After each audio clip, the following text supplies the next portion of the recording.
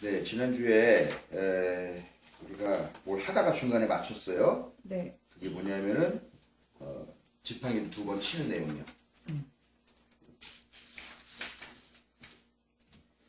이 이야기는 우리가 그 출애굽기 17장 1절 7절도 읽었나요? 읽어보진 않았나요? 출애굽기 17장이요? 네, 병행 구절 이것도 읽었어요. 읽었어요? 예.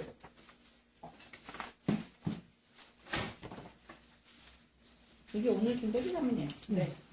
오늘은 안 할 거고.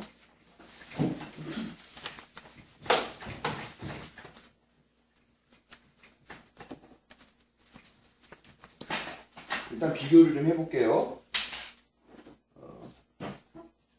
민수기에 나오는 이야기랑 출애굽기랑 나오는 얘기랑 두 가지의 버전이 있습니다. 민수기에서는 하나님께서 명령하실 때 뭐라 그랬냐면은 바위를 치라라고 나옵니다. 몇 번은 없습니다. 그냥 치라라고만 나와 있어요. 그런데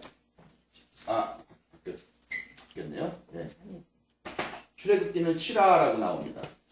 그 아론의 그 지팡이를 가지고 가서 바위를 치라라고 나옵니다. 민수기에는 뭐라고 나오느냐? 바위에게 명령하라고 이렇게 나오죠. 그 다음에 사람들을 다 불러 모아라 이렇게 사람들을 불러 모으라 라고 하는 거는 여기도 똑같습니다. 여기도 사람들을 불러 모아라.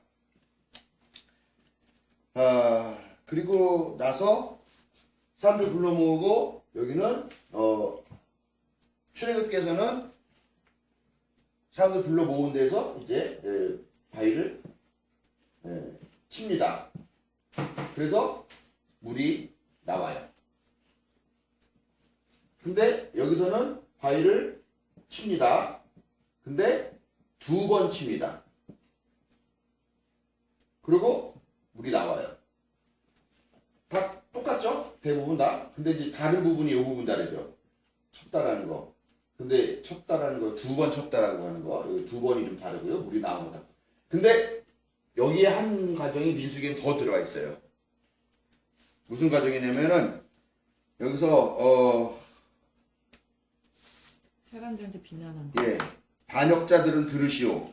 우리가 이 바위에서 당신들이 마실 물을 나오게 하리오? 하고 그렇게 의문형으로 말을 합니다. 불만이 들어가. 근데 딱 불러보는 게 뭐라고 부릅니까? 반역자들이요.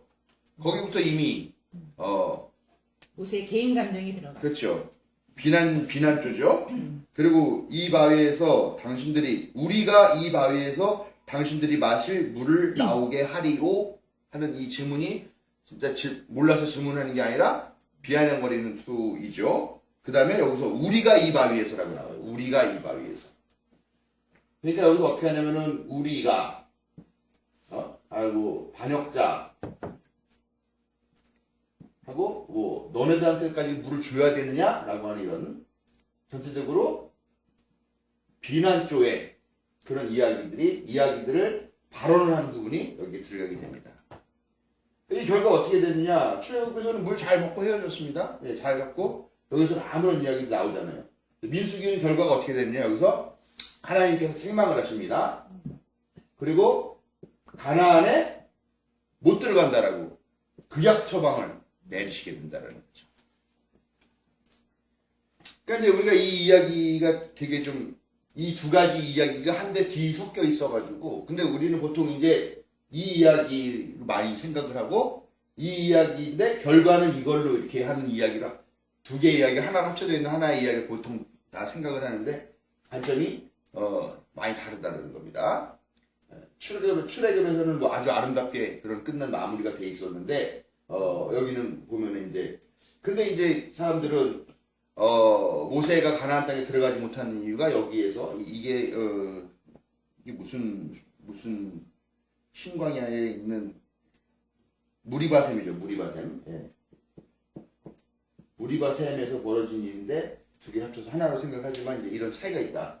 근데 출애굽에서는 별 문제가 없는데 민수기에서는 이야기가. 근데 어쨌건 출애굽기가 좀 더 먼저 나온 이야기이고 민수기가 좀 더 나중에 나온 이야기인 것 같아요. 문제는 뭐냐면 모세가 애굽에서부터 이 백성들을 다 이끌고서 가나안까지 왔는데 정작 끌고 나온 그 사람은 가나안 땅에 들어가지 못하게 되는 거죠. 거기에 대해서 후대에 질문을 제기하게 되는 겁니다. 모세는 왜 못 들어갔을까? 모세가 우리를 영도했는데 무슨 병에 걸린 것도 아니고 뭐도 아니고 그런데 이 사람은 왜 우리를 데리고 가나안에 들어가지 못했을까? 도대체 무슨 잘못을 했기에 이런 거길 못 들어갔을까라는 그런 질문들이 나오게 되겠죠. 그러니까 이때까지 이 이야기는 그런 이야기가 상관이 없었죠. 왜냐하면 이 얘기는 아마 이 이야기를 쓴 사람이 뭐 모세의 죽음에 대해서 큰 의미를 부여하지 않았거나 아니면 모세보다 먼저 죽었거나 아마 그런 이야기일 수 있겠죠. 그런데 이 이야기는 이거보다 나중에 쓰여진 이야기니까 나중에 편집된 이야기니까 그런 질문들이 나올 수밖에 없는 거죠. 왜냐하면 모든 일이 다 인과응보라고 하고 인과응보는 사실은 절에서 하는 얘기예요. 불교에서 하는 얘기지만 지금 보니까 이제 우리도 지금 상을 당해가지고 사람들이 다 거기에 대해서 위로의 말을 올리는데 삼가 고인의 명복을 빕니다 라고 하는데 기독교에서는 명복이라는 말을 쓰지 않는 거라고 하더라고요. 명복이라고 하는 것이 불교식 용어라고 하더라고요. 그럼 뭐라고? 명복. 뭐 안식을 빕니다. 뭐 영면을 빕니다. 아, 영면. 네, 뭐 이런 식으로 네. 뭐 영원한 안식을 빕니다. 뭐 이렇게 그 명복, 뭐 인과응보, 인연. 사실 우리 인연이 깊다 그러는데 인연이라는 것도 불교 용어죠. 사실은 그 끊임없이 수억 겁을 반복하는 그 인생의 업과 그 윤회 가운데에서 쌓인 그런 관계를 인연이라고 얘기를 하는 건데요. 연이라고 하고 인이라고 하는데요. 네, 그런 차원에서 이제 설명이 필요하게 된 시점이 된 거죠. 근데 이때는 이 당시는 그렇잖아요.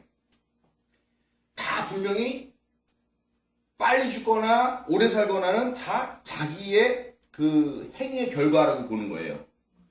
예를 들면은 모세만 못 들어간 게 아니라 그때 뭐 여호수아와 갈렙을 제외한 모든 사람들은 다 못 들어간다라고 하는 거죠. 근데 그게 왜 그런 심판을 받게 되느냐? 뭐 다들 뭐 가나안 정탐 때 뭐 거기 못 들어갈 거다 뭐 막 이렇게 하고 가면서 계속 모세에게 도전하고 모세가 하나님의 대리자니까 모세에게 도전하면서 하나님께 성토하고 막 이런 과정하니까 너네들은 다 못 들어갈 것이다 이렇게 명령을 내는 거죠. 딱 죄값을 못 들어간 거죠. 그러나 여호수아와 갈렙만큼은 자기의 신앙을 잘 지켰기 때문에 그 사람들은 들어간다 인정받는. 그럼 모세는 왜 못 들어갔냐? 모세는 못 들어가는 이유가 있어야 되는 거죠. 그 이유에 대한 설명이 필요한 겁니다. 이게 신학인 거예요. 뭐가 실제로 뭘 잘못을 해서 그런 게 아니라 설명을 해야 되는 거예요. 예를 들면은 이제 그게 약간 미심적인 신앙이랑 다 관련이 돼 있는 거죠. 지금 우리가 살면서 보면은 죄지고 못된 짓 했다고 빨리 죽습니까?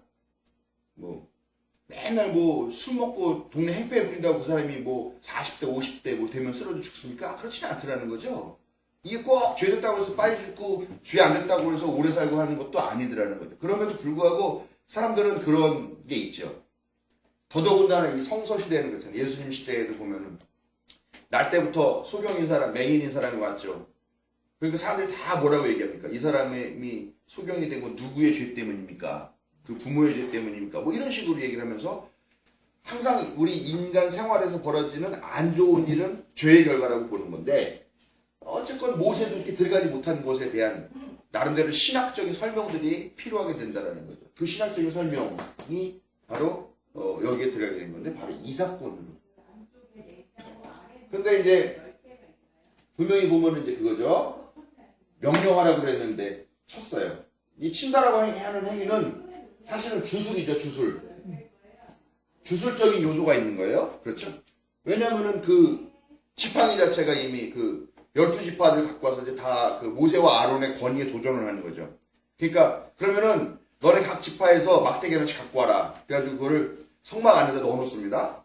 그러고 나서 아침에 봤더니 다른 나무에는 지팡이는 변화가 없는데 모세 가문 아론이 갖고 왔던 지팡이에는 싹이 나고 살구 열매까지 열렸다라는 거죠. 그러니까 거기에 특별한 어떤 능력이 있는 것이라고 제가 볼 때는 뭐 그런 일이 실제로 있었을 것 같지는 않은데 아무튼 뭐가 있었겠죠. 어떤 특별한 일이요. 그런 지팡이 가지고서 그런 지팡이로 이걸 뗀다라고 하는 거는 어떻게 보면 이 지팡이에 어떤 능력이 있다거나 지팡이를 갖고 있는 사람이 어떤 능력이 있다거나 즉 그런 어떤 주술적이고 이런 행위를 하는 사람이 더 돋보이게 되는데 거기다 또 여기다가 뭐라 하죠? 우리가 니네한테 우리가 이 바위를 쳐서 너에게 물을 줘야 되냐? 우리가 하나님이 아니라 우리가라는 이야기를 하는 것을 이 이야기에 끼워 넣게 되는 거죠. 그러면서 하나님은 이미 이때 어떤 결정을 하셨냐? 반역자건 반역자가 아니건 잘 따라오는 건 잘 따라오지 않건 모든 사람에게 다 물을 주시기로 작정을 하신 거죠. 그러니까 모든 사람을 다 불러 모으라고 그렇게 명령합니다. 여기 보면은 뭐라고 나오냐? 너는 지팡이를 잡아라. 너와 너의 형 아론은 회중을 불러 모아라.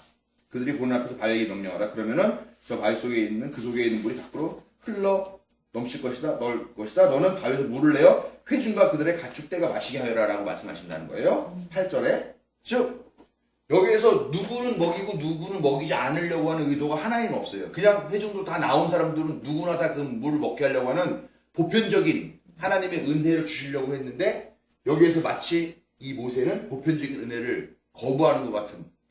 근데 하나님은 이미 그렇게 하시려고 마음을 먹었는데 거기에 모세가 어떻게 말하자면 하나님께 반역하고 하나님께 대등게 되는 거죠.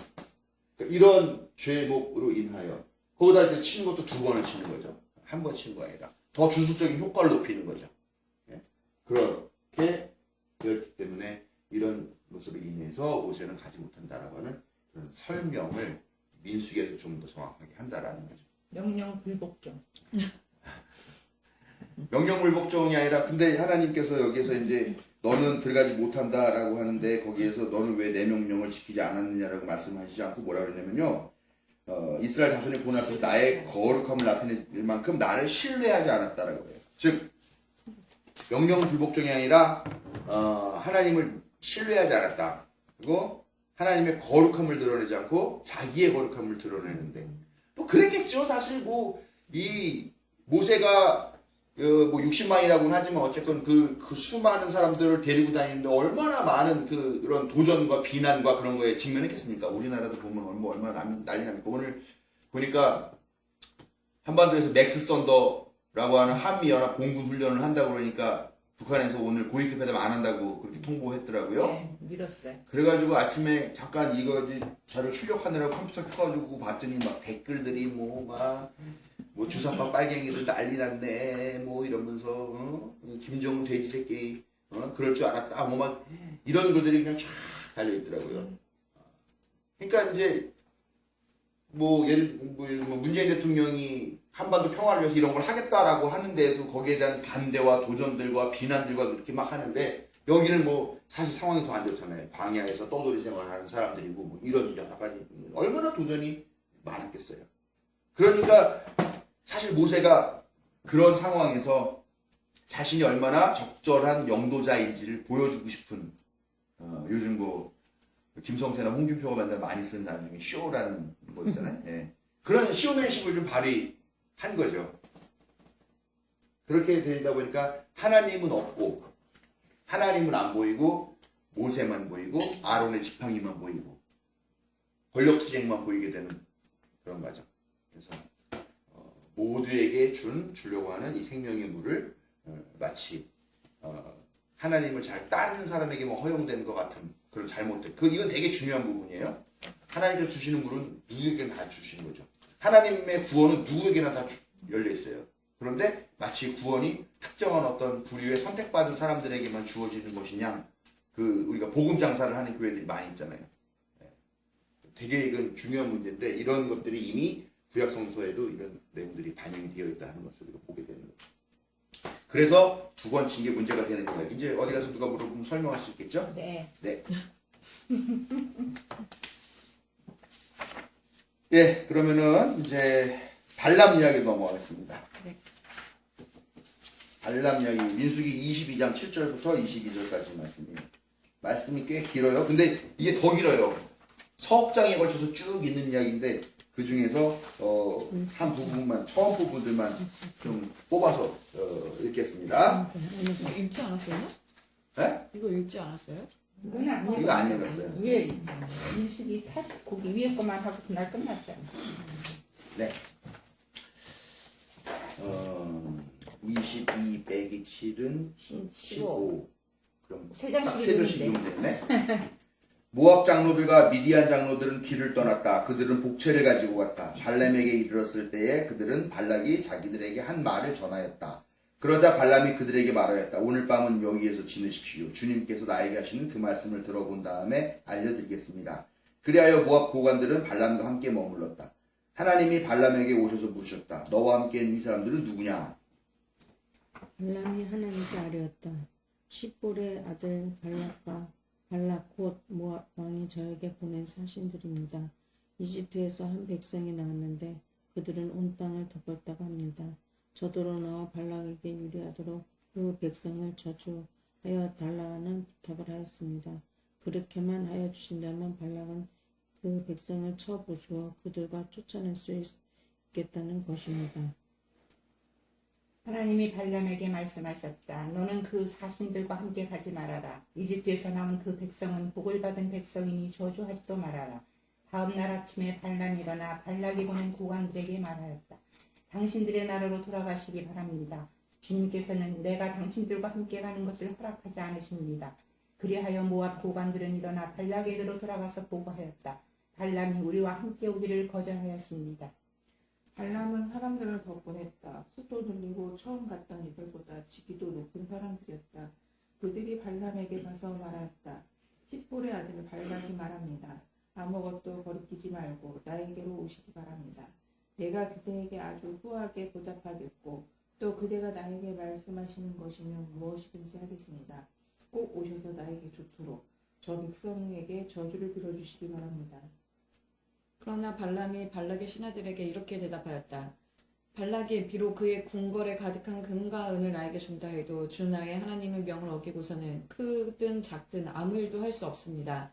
그대들은 오늘 밤은 이곳에서 묵으십시오. 주님께서 나에게 무엇을 더 말씀하실지 알아보겠습니다. 그날 밤에 하나님이 발람에게 오셔서 말씀하셨다. 이 사람들이 너를 부르러 왔으니 너는 일어나 그들과 함께 가거라. 그러나 내가 너에게 하는 말만 하도록 하여라. 발람은 아침에 일어나 자기 나귀에 안장을 얹고 모압 고관들을 따라서 길을 나섰다. 그러나 그가 길을 나서는 것 때문에 하나님이 크게 노하셨다. 주님의 천사가 그의 대적자가 되어서 길에 서서 가로막았다. 발람은 자기 나귀를 탄 채로 있었고 그의 두 종이 그와 함께 있었다. 읽으면서 좀 이상하신 부분이 있어요? 네. 어떤 부분인가요? 일단 저는 처음에 이거 읽었을 때 발람이 그러잖아요. 주님께서 하시는 말씀을 내가 들어본 다음에 하겠다. 그래서 내가 느끼기에는 발람도 그런 모세와 같은 사람인가. 일단 그거 궁금했었고요. 두 번째는 마지막에 하나님이 결국 주님이 가라고 해서 갔는데 왜 노하셨을까? 네. 제가 궁금한 건. 네. 아주 잘 읽으셨네요. 요즘도 성서를 매일 읽으십니까? 네, 지금 어디 읽고 있지? 열왕기상 읽고 있습니다. 아이고 모범생이에요. 그래요. 더 늦기 전에. 더 늦기 그리고, 아주 그 논점을 잘 짚으셨어요. 왜? 그럼 발람의 존재감 하는 문제랑 이 나중에 이야기가 나오죠. 이게 지금 이제 전체적인 이야기가 어떤 이야기냐면은 이제 이스라엘 백성이 이제 가나안을 쳐들어가기 위해서 그 일대를 휩쓸고 다닙니다. 근데 뭐 지난주 것 배운 거 한번 생각하시면서 다시 한번 여쭤볼게요. 얘네들이 노예잖아요. 노예 생활하는 사람들. 네. 근데 우리가 노예 그러면 노예가 되게 거칠 것 같기도 합니다만, 근데 얘네들 왜 이렇게 싸움을 잘할까요? 왜 가는 데마다 왕들이 막 다 당황스럽고, 뭐 여기를 보면은 뭐 구름대 같이 뭐 들판을 꽉 덮었다 뭐 이런 이야기도 나오고 그러는데, 뭐 인원이 그렇게 많은 것 같진 않아요. 60만 명 정도 될 것 같진 않은데, 그럼에도 불구하고 어쨌건 얘네들이 가는데 왕들이 다 긴장하고 그런단 말이에요. 왜 얘네들이한테 긴장을 할까? 그럼 뭐 얘네가 전쟁을 잘 한다는 소문이 있었으니까 긴장하겠죠. 얘네가 왜 이렇게 전쟁을 잘 할까요? 싸움을 잘하고 두려움을 주는 존재일까? 생존이니까. 생존. 그 장로님도 만약에 이렇게 누가 밤길 가는데 누가 칼 들고 그러면 갑자기 생존이니까 갑자기 초인적인 괴력이 나와서 너 엎어 뭐 아니. 이렇게 해요? 아니, 걔네들은 그렇게 싸우고 이렇게 해서 그걸 유지하고 살아나가고 그랬잖아 노예들이. 아니 그때 보통. 저번 주에 얘기하셨잖아요. 홍길동 도적대처럼 그러니까. 다녔다고. 그러니까 네. 생존이야. 예. 먹을 그렇죠. 지난번에 말씀드린 대로 이 사람들이 산 데가 사람이 살만은 하지만 아무도 살지는 않는 그런 버려진 땅에서 약 38년 정도를 계속 머물러 있었다라는 거죠. 근데 거기가 무슨 뭐 농사를 지을 만한 곳도 아닌 거고 농사를 지어도 뭐 대규모로 먹고 살 만한 농사를 짓는 것도 아니고 그러니까 아마 도적대 같이 살지 않았을까라는 생각을 하는 거죠. 그 다윗도 사울에게 쫓겨가지고 도망 다닐 때 도적질을 합니다. 그리고 그 되게 유명한 얘기가 있는데요. 우리가 기억할 만한 얘기가 있는데 어디에 약탈을 하러 갔어요. 약탈하러 가러 왔더니 그때 블레셋인가 누군가가 자기네 그 살고 있는 동네를 쳐들어와가지고 식구들을 다 끌고 포로로 끌고 가버렸어요. 그래가지고 다윗이 열받아가가지고 따라가가지고 이렇게 하고 그러는 얘기가 나오는데 그럼 다윗이 왜 자리를 비웠느냐? 약탈하러 간 거죠. 약탈. 근데 그것도 약탈 규모가 너무 크면 반드시 응징의 대상이 되잖아요. 뭐 산적대가 뭐 10,000명, 20,000명 되면은 관군이 와가지고 그걸 토벌을 하잖아요. 뭐 홍경래의 난이니 뭐 무슨 만적의 난이니 뭐 만적도 종이었나요? 뭐 아무튼 그렇게 되는 것처럼 그러니까는 그렇게 하지 않고 소규모의 뭐 100명 단위 뭐 200명 단위 그건 제 추측입니다만 그런 소규모 단위에서 그 인근 부락을 하는 그런 마적대 같은 생활을 했었지 않겠는가라는 추측을 해볼 수 있다는 거죠. 그러니까 그렇게 한 30년, 40년을 그렇게 살다 보니까 전투력도 늘게 되는 거고 무기도 갖추게 되는 거고 그래서 이제쯤이면 우리가 준비가 됐다라고 생각해가지고 가나안 땅으로 들어가려고 하는 시도를 하게 되었을 거라는 추측을 할 수가 있는 거죠. 네. 근데 아무튼 그렇게 돼가지고 이제 그 지역을 가는데 그때 이 사람들에 대한 소문이 많이 났나 봐요. 그러니까 이 발락이라고 하는 사람이 모압 왕인가요? 와가지고 와서 이놈들을 어떻게 할까 이렇게 고민을 하다가 발람이라고 하는 아주 유명한 사람을 청빙하게 됩니다. 근데 이 사람이 왜 유명하냐면요. 이 사람이 하는 말이 실제로 이루어지는 힘이 있다라는 그런 믿음이 있어요. 그러니까 말하자면은 뭐 예언자 비슷한 거겠죠. 근데 이 사람이 축복을 하면 정말 축복을 받고 저주를 하면 저주를 받는 일들이 실제로 있었나 봐요. 그렇겠죠? 이 사람이 믿는 신은 우리가 지금 아는 하나님이 아니었죠. 그거 좀 약간 애매하죠. 발람에게 물어봐. 네. 그 얘기 아닌 것 같아. 설명을 해드릴 건 있어요, 제가. 내가 보다 아닌 것 같아. 그 하나님, 그 하나님. 근데 예를 들면은 이제 우리가 그 착각하고 있는 부분이 하나가 있어요. 이게 이제 다원화된 사회에 사는 사람과 일원화된 사회에 사는 사람의 차이점이에요. 그러니까 예를 들면 내가 사는 세상에서는 짜장면집이 한 군데밖에 없어요. 중국관 한 군데밖에 없어. 그래서 내가 짜장면 맛있었어 라고 하거나 맛없었어 라고 얘기를 하면은 내가 하는 얘기는 항상 중국관에 대한 이야기일 수밖에 없어요. 근데 짜장면집이 2개, 3개인 세상에 살던 사람이 있어요. 그러니까 부산동에는 짜장면집이 하나밖에 없지만 불광동에 짜장면집이 3개 정도 있다. 근데 내가 그 사람이랑 만나가지고 나는 이 세상에 짜장면집은 오직 하나밖에 없다고 생각하는 사람인데 이런 사람이 만나가지고 야 짜장면 맛있더라 라고 얘기를 하면 예를 들면 불광동 사는 임집사님이 나도 그 짜장면 참 맛있게 먹었어 그렇게 얘기를 하면은 그 짜장면이 그 짜장면인 줄 알까? 나는 굳이 네가 먹은 짜장면집은 어디야 라고 물어볼 수가 없죠. 왜냐면 나는 세상에 짜장면집이 하나밖에 없다고 생각하니까. 그러니까 당연히 임집사도 중국관에서 야 너도 중국관 가봤구나 이렇게 말할 필요가 없어요. 왜냐면은 짜장면집은 하나야. 근데 그게 중국관이건 미국관이건 뭐 상해관이건 아무 의미가 없어요. 그냥 하나밖에 없는 중국집인 거잖아요. 내가 얘기할 때는 그 하나를 이야기하는 거지만 다원화된 사회에 살고 있는 사람들은 그거는 이제 내 얘기를 들으면서 약간 의아하게 생각하겠죠. 내가 먹어본 짜장면집은 내가 아는 짜장면집은 3개가 있는데 쟤는 그 3개 중에 어떤 짜장면집을 얘기하는 걸까 이렇게 생각할 수가 있는 거죠.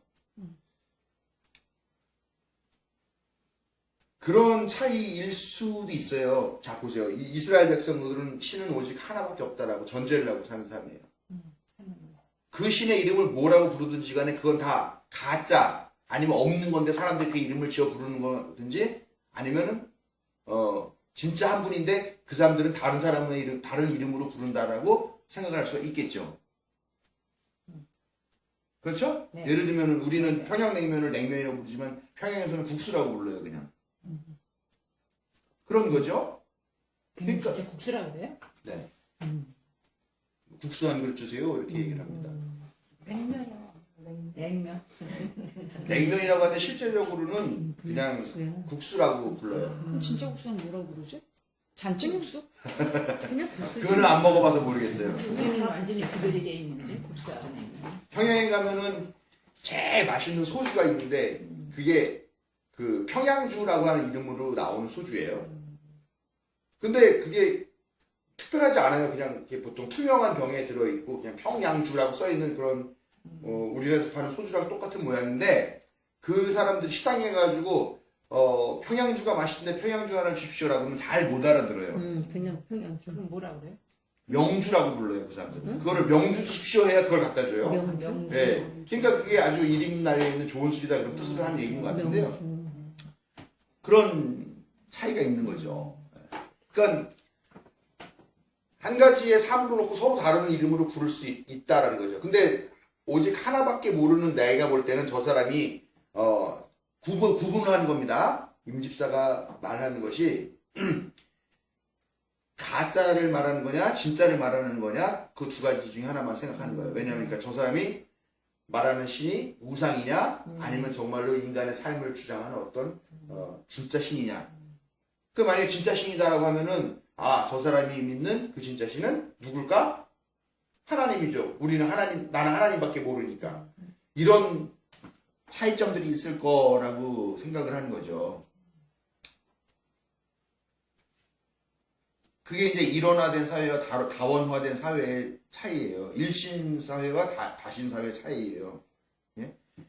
이스라엘 백성들은 하나님이라는 야훼, 여호와라고 하는 이 신 외에 나머지는 다 우상이라고 전제를 해버리는 거예요. 근데 여러 가지 사람들이 신에 대한 얘기를 하는데 보니까 바알이나 바룩이나 뭐 몰렉이나 뭐 하는 그런 가짜, 정말 나무 쪼가리를 깎아서 만든 거 말고 진짜 어떤 영감을 받은 것 같이 말하는 어떤 신에 대한 이야기를 한다 라고 생각하면은 그래 그게 바로 하나님이야 라고 얘기를 하는 거죠.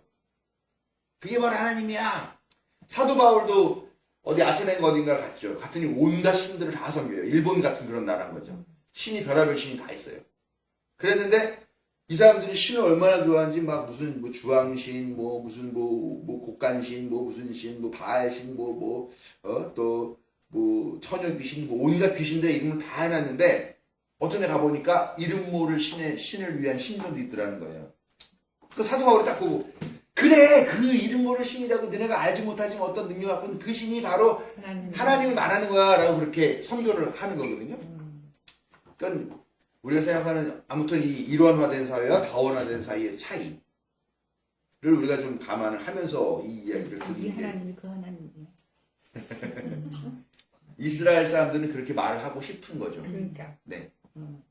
그리고 실제로 이 발람이라는 사람도 상당히 그 당시에 존경을 받던 그런 사람인 것 같아요. 왜냐하면 그의 말에 능력이 있다라고 믿어지고 이 사람이 지금 보면은요 이 모압이라는 사람이 이 이스라엘 백성들을 저주해달라고 불렀는데 얼만큼 불렀냐면요 얼마나 먼 거리에서 불렀냐면요 지난번 지도가 어디 있나? 지난번에 했던 지도가 어디 있지?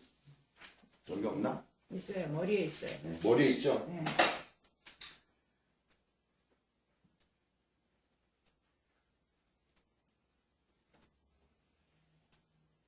뭐 이제 이런 식으로 되어 있잖아요. 그럼 이제 여기 갈릴리 호수 있고 여기 사해 있고 이렇게 있고. 그럼 이 위쪽으로부터 뭐 이런 식으로 해서 강이 흘러요. 근데 이 발람이라고 하는 사람은 어디 사람이냐면 이 유프라데스 강 유역에 있는 어떤 부돌이라고 하는 부돌인가요? 그 마을에 사는 사람이에요. 근데 지금 전쟁이 벌어지고 있는 데는 여기 이쪽 상황이거든요. 이 사람들을 저주해달라고 여기서부터 여기까지 초빙을 한 거예요. 그러니까 이게 이 동네 사람이 아닌 거죠. 동네 사람이 아님에도 불구하고 이 사람이 갖고 있는 능력이 있기 때문에 사람들이 이 사람 불러다가 하려고 하는데 그것도 또 여기까지 오려면 시간도 많이 걸려요. 돈도 많이 들겠죠. 이런 분 초빙하려면 뭐 한 스푼 갖고 되겠습니까? 아무튼 그렇게 명망이 있고 당시에 아주 유명했고 능력 있다고 인정이 됐고 많은 돈을 들여서라도 기꺼이 부르려고 하는 그런 사람. 꽤 멀리 사는 사람이에요. 근데 여기 있는 사람인데 이 일대에서 다 소문이 알릴 정도면은 대단한 사람이죠. 근데 이 사람이 하나님과 소통하고 있단 말이에요. 자, 어떤 느낌이 듭니까? 이 사람이 하나님과 소통하고 있어. 어떤 느낌이 들어? 이 사람이 어떤 사람인 것 같아요? 모세 같아. 아니면 이 사람이 생각하는 하나님은 어떤 분인 것 같아요? 옆에서 볼 때. 자, 잘 보세요. 모세같이 대단한 사람, 모세만큼은 아니지만 모세만큼이나 대단한 사람이에요. 이 일대에서 유명한 사람. 야, 대단하다. 이 사람을 먼저 추켜줍니다. 그런데 그런 사람이 하나님을 알고 있어. 하나님의 말씀을 듣는 사람이야. 라고 얘기를 하면 이 사람이 높아지는 겁니까? 하나님이 높아지는 겁니까? 그 사람 하나님. 이 사람도 높아지지만 하나님이 더 높아. 오, 야, 발람 같은 사람이 이렇게 말씀을 주고받고 하는 그런 신이야? 라는 그런 느낌이 있죠. 실제로 이 발람이 하나님을 알았는지 아니면은 실제로 하나님만 한 건지는 알 수는 없는 이야기입니다만 중요한 건 발람은 되게 유명했던 사람이고 그 다음에 이 사람이 이렇게 뭐 기다려봐라 내가 신탁을 받겠다라고 했을 때 신탁을 주신 분은 하나님이라고 하는 전제를 이 이스라엘 백성은 하고 있는 겁니다. 그러면서 발람의 유명세로 인하여 하나님까지 유명해지게 되는 그런 효과를 노리고 있는 거죠. 그러니까 이게 어떻게 보면은 일종의 선전 홍보 수단일 수도 있고요. 어쩌면은 실제로 그러니까 하나님이 이렇게 대단하신 분이었다라고 하는 그런 내용들을 여기다 알려주고 싶은 그런 의도가 깔려 있는 얘기죠. 아무튼 그런 사람입니다. 이런 사람인데 이 사람이 이제 초빙을 받아가지고 오죠. 복채, 고위 관료들을 막 보냅니다. 그래서 복채를 두둑히 준비를 했는데 잠깐만 기다려봐라. 내가 신탁을 받아야 되겠다. 그렇게 얘기를 하죠. 근데 하나님 나타나가지고 가지 마라. 이렇게 얘기를 하죠. 그랬더니 내가 아무리 은과금을 많이 준다 하더라도 그건 내 마음대로 할 수 있는 게 아니고 나에게 주신 말씀만 할 수밖에 없다. 이렇게 얘기를 하죠. 그랬더니 한 번 더 고관들을 보냅니다. 그러니까 그 고관들이 아주 더 높은 사람과 더 많은 금은보화를 갖고 와가지고 하죠. 그랬어요. 그때 이제 또 신탁을 받아보겠다고 그렇게 얘기를 하죠. 근데 그날 밤에 갑자기 하나님이 나오셔가지고 그래 너 꼭 가야 되겠냐? 그럼 가라라고 허락을 하십니다.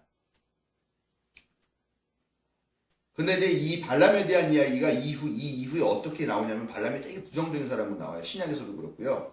이게 금은보화에 자기의 재능을 팔아먹고 하나님을 배반한 사람 이런 캐릭터로 나옵니다. 그러니까 실제로 이 사람이 하나님의 명령을 받은 건지 아니면 하나님을 판 거야? 아니면 자기가 그 나중에 더 많이 갖고 왔던 그 재물이 눈이 멀어서 하나님이 가라고 했다라고 얘기를 했는지 돈 더 받으려고 내고하는 거죠. 이 사람들하고 내고일 수도 있고 협상하려고 가라 안 된다 가라 안 됐다 세 번 하면 돈을 더 많이 주니까. 그래서 그렇지. 어떤 때는 하나님이 크게 노하신 거야. 나중에. 더 많은 걸 준다고 하니까 자기의 마음이 변하는 걸 수도 있고요. 네. 그 가능성입니다. 근데 어쨌건 성서 전반에서 이 발람이라는 사람은 재물에 눈이 어두워가지고 하나님의 명령을 따르지 않는 사람으로 그려져 있어요. 그런 내용은 우선 하나의 가능성입니다. 자, 그렇게 해가지고 어쨌건 했더니 하나님이 밤에 너 그럼 가라. 그리고 대신 너는 내가 시키는 말만 해야 된다라고 이렇게 얘기를 하죠. 그래서 아침에 이 사람이 갑니다. 그랬는데 뜻밖의 이야기 나오죠. 하나님이 대노하셨다고요. 그래서 가면서도 난리가 납니다. 가서 이제 낙인가요? 낙이죠. 낙이를 타고 갔어. 가요. 가는데 어떤 이게 좁은 길에서 나왔는데 좁은 길이죠. 협곡 같은 데 지나가나 봐요. 근데 낙이가 안 가고 서 있는 거예요. 아무리 채찍질을 해도 막 안 가요. 그리고 나중에 막 비켜가느라고 이 벽에다가 이 다리를 갖다 이렇게 뭐라죠? 이렇게 긁는 거죠. 그러니까는 화가 나가지고 더 낙이를 막 때리죠. 그랬더니 깜짝 놀랄 만한 일이 벌어지는데 나귀가 갑자기 말을 하기 시작합니다. 사람의 말을. 야,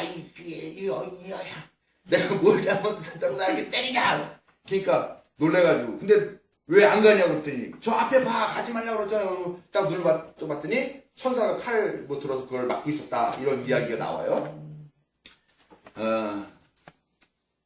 그런 이야기가 나와서 그럼에도 불구하고 결국은 가죠. 근데 가서 저주를 하지 못하고 결국은 오히려 이스라엘 백성은 축복하고 그래가지고 이 발락 왕이랑 사이가 안 좋아졌지만 그냥 이렇게 끝나게 되는 그런 이야기죠. 지금까지 이야기를 들어보면서 이 이야기가 아주 재미있는 이야기 같은데요. 이게 여기에 몇 가지 이야기 정도가 들어가 있다라는 생각이 들어요. 한 가지 이야기가 아닙니다. 이 이야기는 지금까지 해드린 말씀 이야기는. 그 다음에 막 발람이 이스라엘 백성을 막 축복하는 그런 이야기까지 있어요. 꽤 길게. 그럼 이 이야기가 어떠한 이야기, 하나의 이야기로 쫙 만들어진 뭐 소설가 뭐 이문열이 장편 소설 쓰듯이 쭉쭉쭉 써내려간 이야기가 아니라요. 여러 가지 이야기가 조합해서 한 개의 이야기를 만들어낸 거거든요. 그러면 어떤 이야기냐? 어떤 이야기가 들어있을까? 우선 발람이라고 하는 사람에 대한 이야기가 들어있겠죠. 얼마나 유명한 사람이고 어떤 분이 그런 사람이겠죠. 그 다음에 이제 좀 쉬운 걸로 나귀의 이야기가 있을 거예요. 어떤 사람이 나귀를 타고 가려고 하는데 그 나귀가 안 가가지고 이건 사실 완전 우화잖아요. 우화. 예? 이야기. 그 이소 우화 같은 그런 느낌의 이야기죠. 이런 이야기가 있을 겁니다. 이 이야기가 꼭 발람이 있었던 이 이야기가 아닐 수도 있어요. 다른 데서 유명하게 있었던 이야기인데 이 발람의 이야기를 좀 더 극적 효과를 높이기 위해서 다른 데 있는 이야기 갖다 여기서 발람을 엮어가지고 하나의 이야기로 했을 수 있다는 거죠. 분명히 그런 이야기입니다. 학자들이 연구를 해보니까 이 이야기는 층이 다른 층의 이야기예요. 즉 흔히 떠돌던 이야기를 발람에게로 이렇게 얹어놓은 거죠. 그런 이야기가 많아요. 다윗과 골리앗 이야기 있죠. 다윗이 그냥 얼마나 극적입니까? 뭐 와서 형들 왔더니 막 너희 새끼야 양이나 여기 왜 왔어? 막 그러니까 아버지 심부름으로 왔어 그러다 왜 저놈이 우리의 지존하시고 거룩하신 하나님의 욕을 저렇게 하는데 왜 저런 놈들 가만히 놔도 벌을 줘야지. 그러니까 이 새끼 까불기 소설 까봤더니 사울 왕이 오서 너 일로 와봐. 그래 너 할 수 있어. 제가 할 수 있습니다. 하나님의 능력을 할 수 있습니다. 그래 너 이 갑옷 입어. 갑옷이 너무 커고 힘듭니다. 벗겠습니다. 조약돌 내과에서 조약돌 이렇게 갖고 와서 자 이걸로 충분합니다. 샥샥샥 해서 탁 해가지고 그냥 해가지고 이겼단 말이에요. 그게 정말로 다윗이 한 이야기냐? 학자들은 그렇지 않다고 봅니다. 골리앗을 죽인 사람도 다윗이 아니라고 봅니다. 성서에 보면은요, 다윗의 부하 중에 이름이 엘하난이라고 하는 사람이 있어요. 이 사람이 골리앗을 죽였다고 해요. 근데 이 사람이 죽인 건데 왜 다윗이 죽인 이야기가 됐을까요? 다윗이 유명한 사람이니까. 그렇죠. 엘하난이 골리앗을 100명을 죽여도 아무 의미가 없어요. 왜냐면 그렇게 유명한 사람이 아니고 결정적인 인물이 아닌 거죠. 근데 다윗이라는 존재는 이스라엘을 강대국으로 만든 초강대국으로 만든 아주 그냥 대단한 그런 분이잖아요. 우리 시국 따지면 세종대왕 같은 분이신데. 근데 이 이야기가 다윗에게 오면은 이 이야기가 더 빛나고 더 귀하고 거기다가 엘하난이 부하니까 이 이야기는 이 공은 왕에게 돌려줄 수도 있는 부분이라 생각하니까 이렇게 되는 거라는 거죠.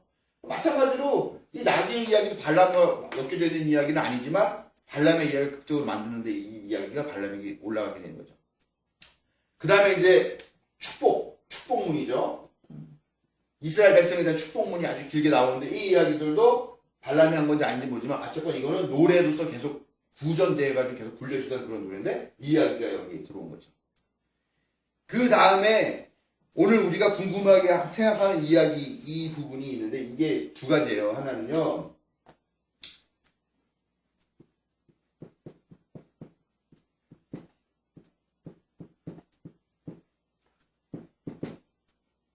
두 가지예요. 가지마라는 이야기하고요. 그러나 하지마. 내가 하라는 말만 해. 라고 하는 이 두 가지 이야기가 서로 다른 게 여기에 들어가 있는 거예요. 지금. 그러니까 이 발람의 이야기 관련된 이야기로는 이스라엘을 저주하러 가라고 하는 이야기가 한 이야기가 있고요. 가지 말라라고 하는 이야기가 두 개로 따로 있는 거예요. 근데 이 두 가지 이야기가 다 전혀 내려오는 건데 이 부분을 편집하던 사람이 부주의한 거죠. 가지 마라고 한 이야기는 제대로 안 보고 가라고 한 이야기를 갖다가 가지 뭐죠? 예, 가. 그렇지만 내가 시키는 얘기만 해. 요 얘기 바로 다음에 가지 말라고 하는 또 다른 이야기를 갖다가 그냥 끼워 넣어버린 바람에 이야기가 앞뒤가 안 맞는 말이 된 거죠.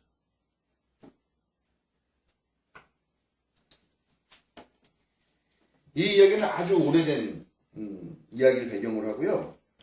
이 이야기는 전체적으로 우리가 배웠던 제2자료, 2자료 이렇게 보는 거죠. 제1문서, 2문서, 야훼, 엘로힘이라고 부르는 이 두 개 층. P도 있어요. P는 있는데 뭐 여기서 뭐 어디로 가서 며칠 있고 뭐 하는 그런 일정에 관련된 그 이야기만 있고 실제로 발람 이야기는 그 두 가지 층이 있어요. 근데 이제 사람들이 보니까 막 이러는 거예요. 막 이렇게 이 이야기를 쭉 풀어가다 갑자기 하나님을 야훼라고 부르더니 그 다음 절 갔더니 보니까 또 엘로힘이라고 부르고 두 개가 막 섞여 있는 거예요. 이게 도대체 뭐냐 하고 보니까 결국 이런 차이가 나는 거의 원인이 서로 다른 것을 전하는 두 가지 이야기가 하나의 단락 안으로 들어오게 되면서 이런 문제가 생겼다라고 보는 거죠. 뭐 야훼라고 불렀다 하나님을 불렀다 다시 또 야훼로 가고 막 이렇게 이런 이야기가 있는 거죠. 사람들이 다 보면은 이 이야기를 보면서 하나님은 왜 이렇게 변덕스러워 가랬다 그랬다고 가지 말라 그랬다고 이거 도대체 뭐야 라고 사람들이 많이 생각을 하는데요. 이거는 전체적인 내용의 흐름을 생각하지 않은 편집자의 실수인 것으로 그렇게 추측을 합니다. 가지 말아야 된다라고 하는 관점의 이야기가 하나 있고 가더라도 저주해서는 안 된다라고 하는 관점의 이야기가 하나 있어요. 가지 말라고 그랬는데 발람이 자꾸 간다고 우긴 거나 아니면 저쪽에서 너무 간청을 하니까 그럼 가긴 가되 내가 하는 말만 해라 그렇게 조건부를 보내준 것 같아. 그런 것 같죠? 네. 실제로는 그랬을 수도 있고요. 근데 또 하나 변수가 있는 거예요. 만약에 가지 마라고 하는 이야기를 끝나버렸으면 이 얘기가 길어질 필요가 없잖아요. 그냥 가지 말랬어 안 갈 거야 그러면 끝났으면은 이 이야기가 그렇게 중요하지도 않아요. 그냥 발람이라고 아주 유명한 사람이 하나님과 이렇게 소통하는 그런 사람이었구나라고 하는 이야기를 그냥 끝나버리고 말아요. 문제는 뭐냐면 이 사람들이 이 이야기를 잘 멋있게 만들어내기 위해서 갖고 있는 자료가 여러 개가 있어요. 여러 개가 있어요. 뭐 나귀 이야기도 해가지고 얻어들려고 그러고 다 했어요. 근데 만약에 가지마 그래서 안 가면요 당나귀 이야기도 필요가 없어지는 거예요. 제일 중요한 이스라엘 백성을 축복하는 이야기도 필요가 없어지는 거예요. 축복이 없어. 그럼 어떻게 해야 돼요? 이야기를 재미있게 하기 위해서는 그 다음에 이 축복 이게 되게 중요한 거잖아요. 예? 어떤 이방 사람의 입을 통해서 하나님이 말씀을 하시는데 이방 사람이네 아주 유명한 사람의 입을 통해서 하나님께서 말씀하시는 그런 분이다라고 하는 그런 것도 축복하는 말씀하셨다라고 하는 매우 중요한 자료는 이 이야기가 없어질 수밖에 없으니까 결국은 가지마라고 했음에도 불구하고 꾸역꾸역 가는 것 같은 그런 스토리를 구성해낼 수밖에 없는 부분이 있다라는 거죠. 이해가 이제 충분히 하셨죠? 네. 그냥 가 이랬으면은 하나님이 변덕스러운 사람으로밖에 안 되는데 네. 가긴 가되 내가 하는 말만 해라 그러니까. 네. 그러니까 이제 이 두 가지 관점도 있고 이 두 이야기를 다 쓰는데 써야 됨에도 불구하고 그다음에 이 이야기를 계속 풀어나가기 위한 극적인 장치들과 매우 중요한 주제가 되는 그런 내용들을 살리기 위해서는 어쩔 수 없이 가긴 가되 시키는 말만 해라고 하는 그런 방향으로 선회를 할 수밖에 없는 그런 입장이라는 거예요. 이게 성서 편집이라는 게 공부를 해보면 해볼수록 그런 거예요. 뭐 이렇게 갑자기 갑자기 하나님이 방연섭에게 탁 영감을 주셔가지고 써내려갔거나 아니면은 내가 기도하는 중에 막 이렇게 입신해가지고 막 내 손이 펜을 딱 잡고 막 지 혼자 막 움직여서 썼다거나 하나님이 불러주시는 거 잠깐만 기다리세요. 네, 예, 그 다음에요. 이런 식으로 받았었느냐 하는 거는 아니라는 거죠. 이거는 하나님 신앙을 갖고 있는 다양한 층 위에 다양한 배경을 가진 사람들이 다양한 이야기들을 통해서 그 신앙심을 더욱 고취시키고자 하는 목적으로 극적인 어떤 그런 스토리들을 만들어내고 편집하고 때로는 창작, 때로는 실제 있었던 것보다 과장되게, 때로는 실제 있었던 것보다 좀 더 약하게 그런 여러 가지 기법들을 해서 창작도 하고 편집도 하고 해서 이 성서가 만들었다는 것을 이것을 통해서 알 수가 있다는 거죠. 어찌됐건 분명한 것은 이 발람이라는 사람의 존재로 인해서 하나님이라고 하는 이 신이 단순하게 이스라엘 백성들만의 신이 아니라 좀 더 넓은 세계에서 그 역할들을 갖고 계시는 그런 하나님이시다라는 것을 이 이야기를 통해서 말하려고 하는 거고요. 이스라엘 사람이 아니라 하더라도 하나님을 존경하고 또 존중하고 그 말씀을 귀담아 들어야 된다라고 하는 그런 주제가 이 이야기에 들어있는 거다라는 거죠. 그리고 나중에 이 발락이라는 사람이 이렇게 크고 높여놨단 말이에요. 하나님과 소통하는 아주 유명한 저 멀리서부터까지 초빙만을 만한 그렇게 대단한 사람이라고 한껏 높여놨는데 문제가 뭐냐면은 결국은 의뢰인이라면 척진 거 아니에요. 발락하고 척진 거 아니에요. 그러면은 이 사람을 위한 변명도 필요한 거죠. 아유, 발락은 발람은 해주려고 했는데, 발락 당신이 원하는 대로 해주려고 했는데, 아니, 이러이러한 일이 있어서 그렇게 된 걸 어떡하겠어. 하면서 이 사람에게도 어떤 도망갈 빌미를 제공해준다는 그런 목적도 이 이야기 있는 거죠. 예, 그럼에도 불구하고, 어쨌건 이 발람이라는 사람은 성세에 상당히 부정적인 역할로 이 이후에 거론이 된다라는 것입니다. 예. 발람 이야기까지 끝나고 이제 민수기는 이렇게 마쳤습니다. 그리고 이제 민수기 3대 절기가 하나 나갔는데 시간이 애매해. 애매하죠. 애매하대. 그래도 간단하게 한번 해보겠습니다. 애매하대. 끝났네. 다음 주에 이어서 하더라도 읽고 끝나면 될까? 그쵸. 읽어야 되는 거구나, 진짜. 자, 그러면은 읽고 시간을 봐서 정리하도록 하겠습니다. 18, 19장. 네? 이거 아니죠? 28장 28장 16절에서 31절하고 29절. 어쩌시? 그럼 내가 저걸 안 갖고 왔구나. 이거 아니네? 없는데요? 예.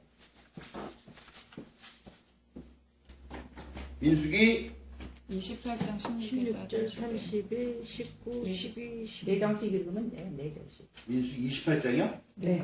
민수기만 읽는 거야? 28장 16절. 예. 16절부터 31, 31절까지. 세 장씩 읽으면 돼. 세 장씩. 예. 세 절씩. 세 절씩. 29장 그거는 나중에 11절. 요거 갖고 안 되고 다 읽어야 되는데. 다 사실. 읽어야 돼요? 네. 그러면 네 절씩 읽으면 되는 것 같은데. 네. 일단 한번 읽어보겠습니다. 네 절씩 읽으면 돼. 이게 이제 이스라엘 백성이 주요한 절기 세 가지에 관한 이야기인데요. 그게 뭐냐면은 6월절, 77절, 장막절 이렇게 이야기인데요. 이게 이게 신약하고 관계가 있어서 짚고 넘어가야 되는 이야기라서 한번 하는 건데 한번 읽어보고 읽고 마치도록 할게요. 네 절씩까지 읽으면 돼. 네. 16절부터요. 네. 첫째 달 그 달 열 나흔 날은 나 주의 6월절이다. 같은 달 보름부터는 절기가 시작되니 이래 동안은 누룩을 넣지 않고 만든 빵을 먹어야 한다. 첫날에는 거룩한 모임을 열고 생업을 돕는 일은 아무것도 하지 말아라. 너희는 살라 바치는 제사 곧 번제를 나 주에게 바쳐라. 수송아지 2마리와 수량 1마리와 1년 된 어린 수량 7마리와 흠없는 것들로 골라서 바쳐라. 이와 함께 너희는 기름에 반죽한 고운 밀가루를 곡식 제물로 바치되 숫소 한 마리마다 10분의 3 에바씩을 바치고 순양 한 마리에는 10분의 2 에바를 바치고 어린 순양 7마리의 경우는 어린 순양 한 마리마다 10분의 1 에바씩을 바쳐라. 또 순염소 한 마리를 속죄 제물로 바쳐 너희의 죄를 속하여라.